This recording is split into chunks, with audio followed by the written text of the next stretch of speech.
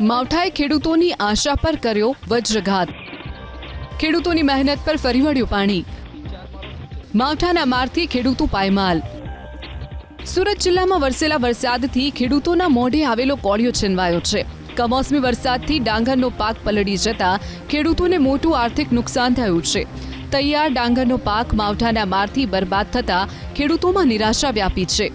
સરોલી, સાઈનાથ, પાવનધામમાં સુકવવા મૂકેલ ડાંગરનો પાક પલળી જતા ખેડૂતોની રાતોરાત ઊંઘ હરામ થઈ ગઈ। ખાતરથી લઈ દવા સુધી તમામ ખર્ચા કર્યા બાદ હવે ડાંગરના પાકનું પૂરતું વળતર નહીં મળે તેવી ખેડૂતોને ચિંતા સતાવી રહી છે।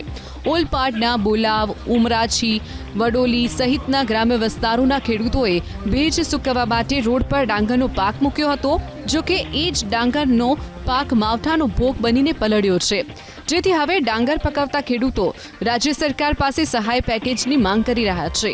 જહાંગીરપુરામાં આવેલ જીનિંગ મિલમાં ડાંગર પકવતા ખેડૂતોએ મહામહેનતે તૈયાર કરેલ પાકને બચાવવા પૂરી વ્યવસ્થા કરી હતી।